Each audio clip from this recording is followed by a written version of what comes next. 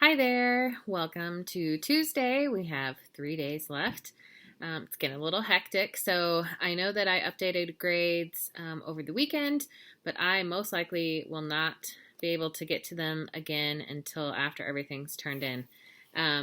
It's just getting a little crazy with delivering certificates and trying to clean up my room at school by a certain time, and then being at school for beta certificate. So it's just, and then web, because we're trying to figure out with the new web leaders this year. So it's a little bit insane. So grades are due next Wednesday, and my goal is to get them all done this weekend once everything is turned in Thursday. So make sure you get everything turned in Thursday. I will not accept any work after that. If you turn something in Friday, it will be receiving a 0 no matter what. And yeah, just make sure you're getting work in. Thank you to those of you that are going back and redoing things or getting things done again. Make sure you check Zoom times because some of those have changed or been canceled completely because I'm at school.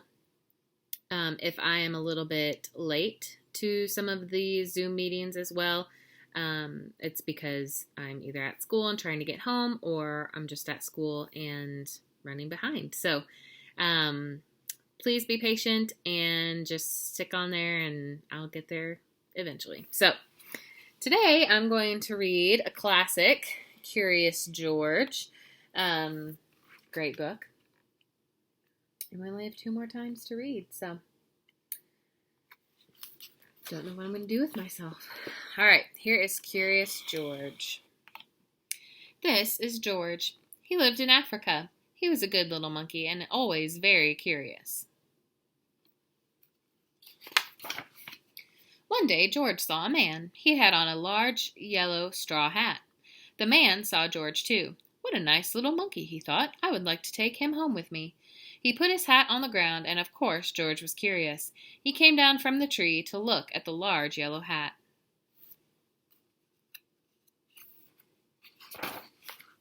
The hat had been on the man's head. George thought it would be nice to have it on his head. He picked it up and put it on. The hat covered George's head. He couldn't see. The man picked him up quickly and popped him into a bag. George was caught. The man with the big yellow hat put George into a little boat, and a sailor rowed them both across the water to a big ship. George was sad, but he was still a little curious. On the big ship, things began to happen. The man took off the bag. George sat on a little stool, and the man said, "George, I'm going to take you to a big zoo in a big city. You will like it there. Now run along and play, but don't get into trouble." George promised to be good, but it is easy for little monkeys to forget. On the deck, he found some seagulls. He wondered how they could fly. He was very curious. Finally, he had to try. It looked easy, but oh, what happened? First this, and then this. "Where is George?" The sailors looked and looked. At last they saw him struggling in the water and almost all tired out. "Man overboard!" the sailors cried as they threw him a life belt. George caught it and held on, and at last he was safe on board. After that, George was more careful to be a good monkey until at last the long trip was over. George said goodbye to the kind sailors, and he and the man with the yellow hat walked off the ship onto the shore and on into the city to the man's house. After a good meal and a good pipe, George felt very tired. He crawled into bed and fell asleep at once. The next morning, the man telephoned the zoo. George watched him. He was fascinated. Then the man went away. George was curious. He wanted to telephone too. 1, 2, 3, 4, 5, 6, 7. What fun! Ding-a-ling-a-ling! George had telephoned the fire station. The firemen rushed to the telephone. "Hello, hello," they said, but there was no answer. Then they looked for the signal on a big map that showed where the telephone call had come from. They didn't know it was George. They thought it was a real fire. "Hurry, hurry, hurry!" The firemen jumped onto the fire engines and onto the hook and ladders. Ding dong, everyone out of the way. Hurry, hurry, hurry! The firemen rushed into the house. They opened the door. No fire. Only a naughty little monkey. Oh, catch him, they cried. George tried to run away. He almost did, but he got caught in the telephone wire, and a thin fireman caught one arm, and a fat fireman caught the other. You fooled the fire department, they said. We will have to shut you up where you can't do any more harm. They took him away and shut him in prison. George wanted to get out. He climbed up to the window to try the bars. Just then the watchman came in. He got on the wooden bed to catch George, but he was too big and heavy. The bed tipped up, the watchman fell over, and quick as lightning, George ran out through the open door. He hurried through the building and out onto the roof, and then he was lucky to be a monkey. Out he walked onto the telephone wires. Quickly and quietly over the guard's head, George walked away. He was free. Down in the street outside the prison wall stood a balloon man.